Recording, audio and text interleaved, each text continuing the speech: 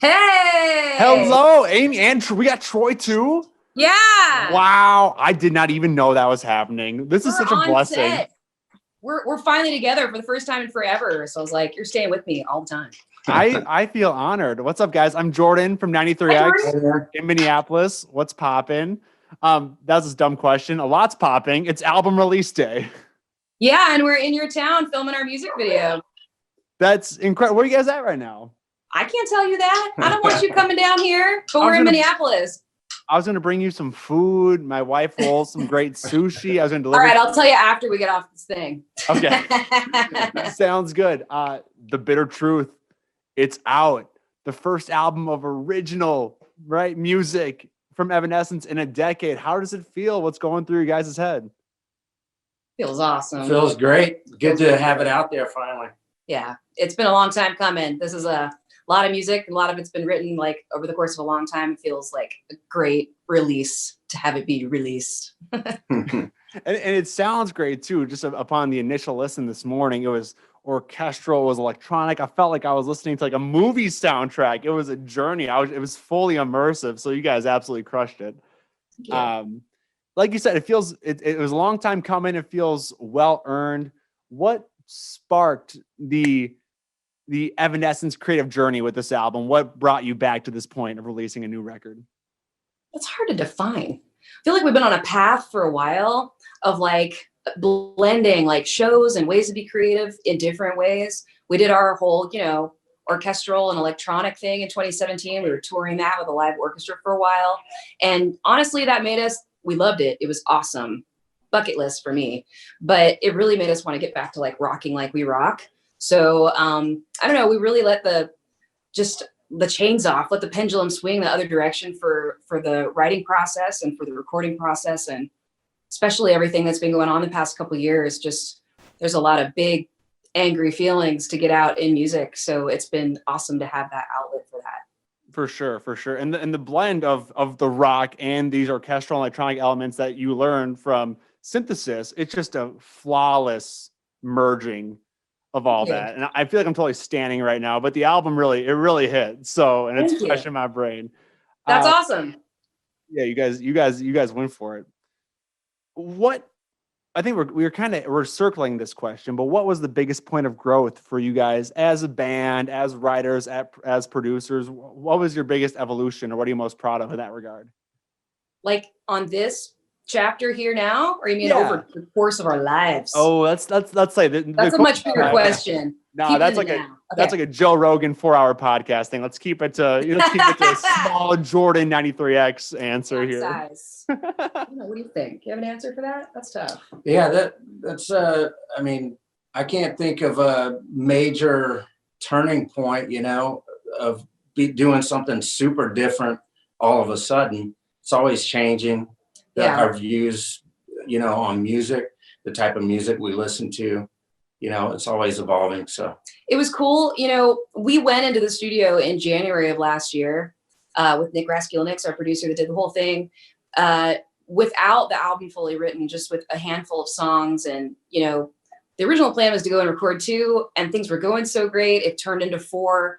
And I think in that moment with the pre-production and getting it all together and really finalizing a few songs, we got like this window of what we were doing, like what the album was sort of setting out towards, and what our vibe was like with Nick, and just this, okay, this is what we're doing. Let's do this now. And then right after that, COVID hit, everything got a little more complicated, lockdown. But I mean, we just took that time to totally focus on making the album, like writing the rest of the songs, like just using the fire and energy. Hey, there's Will.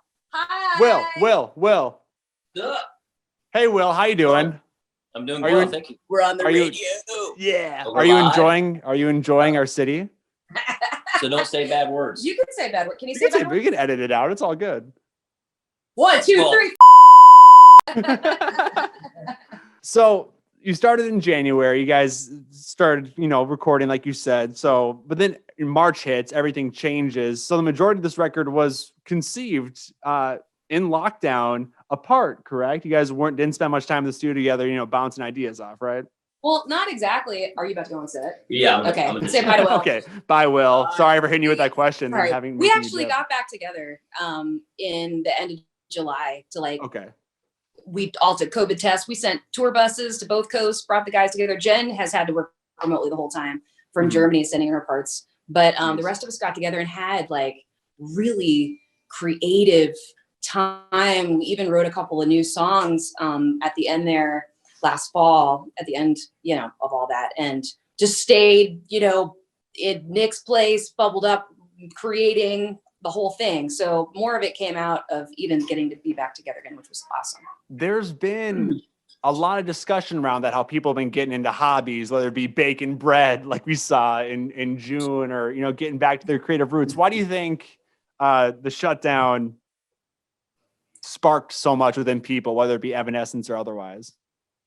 I think it's two things. One is like just straight up boredom, like being stuck, like with nothing else to do. And like, okay, I don't want to just like sleep through life. Like I want to make something, even if it's like bread, or like improve some skill, like work on an instrument that you haven't played in years or whatever it is. We've seen people all over the world doing that. It's been a really cool time, I think, for artistic inspiration.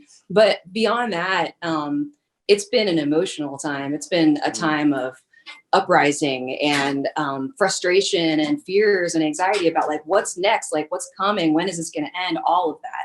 So, instead of just holding those things inside, at least for me, like we needed to get that out.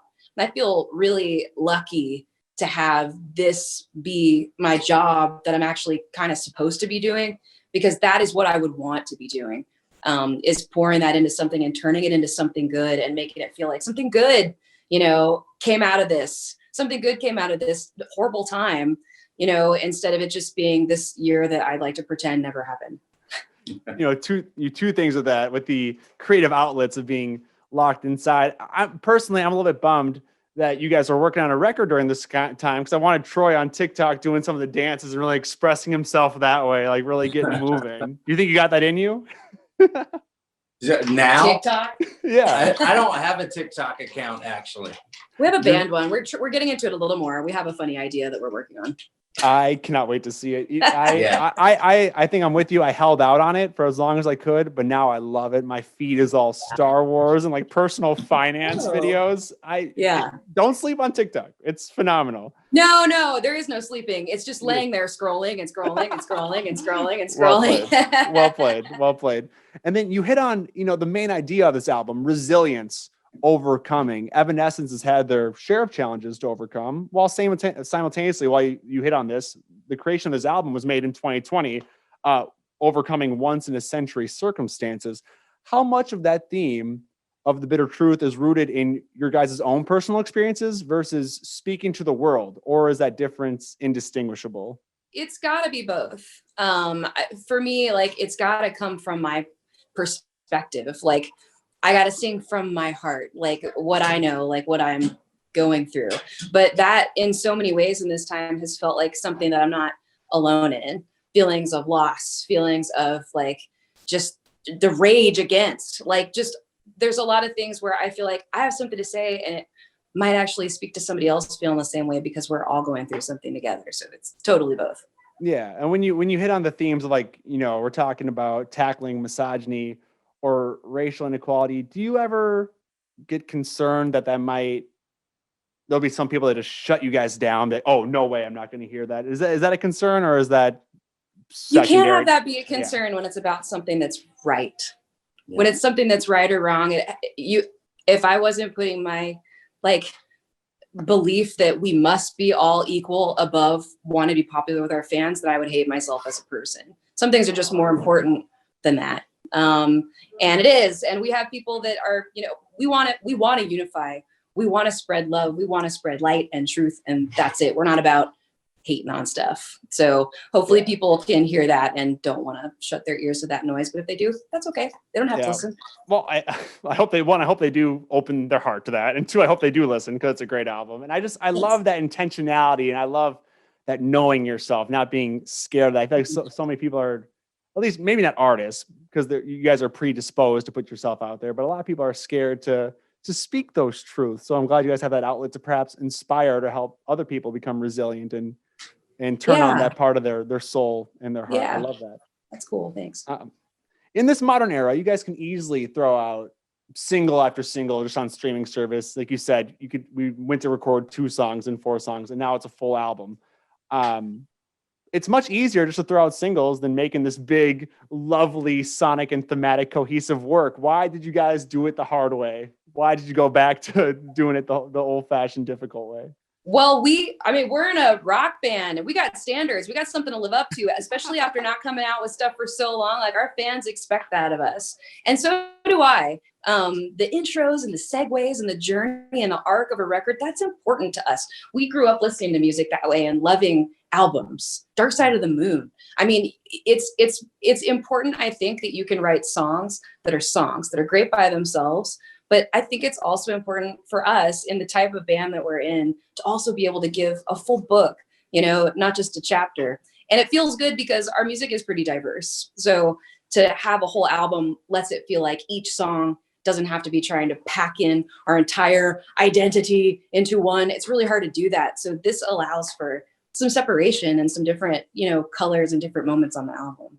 And the transitions between songs, like between track 1 and track 2, just the seamless swoop. Now we're in another song. Oh, it's so cool. Thank you. It's like a single shot. Thanks for listening. Movie. Oh, I'm not coming in. I'm never coming in blind with you guys or anyone, but it truly is a dynamic listen. And I hope people spend time with the entire record, not just the singles. Me too. As we wrap up here, I want you guys to go enjoy our city and have some fun on this lovely March day, which don't come around very often. Have you been outside? Yeah. Okay. We've been working our butts off, man. Oh, this yeah. thing's gonna be awesome. I can't wait to see it. But we're all indoor. I haven't been outside either, so perhaps we can all get some fresh air. I feel you. And There's no loosen up a windows little in bit. here. Yeah. At this point in your guys' career, you're revered and loved by fans and critics alike. You got awards. You've done it all, and if you haven't, you nearly have. So what is the Evanescence goal? How do you define success at this point in your career where everything has been accomplished almost? I feel like that's just got to be about the art itself. We want to make something fantastic. We want to make something that we love. We want to make something we can go out and play live and have our fans love and live in. I want to make something honest and true that I can be proud of forever. That's success. Boom. And with that, the bow tie is on the interview. There you Amy go. And Troy, thank you so much for the time. Congrats on the record. Time. Take care. Let me know where you're at. And the sushi from my wife and I are coming. Actually, we don't have the materials. I'm lying. I'm lying. Okay. All right. I'll call you right back. Guys, have a great night. I'll talk to you later. Okay. You too. See you, Jordan. See ya.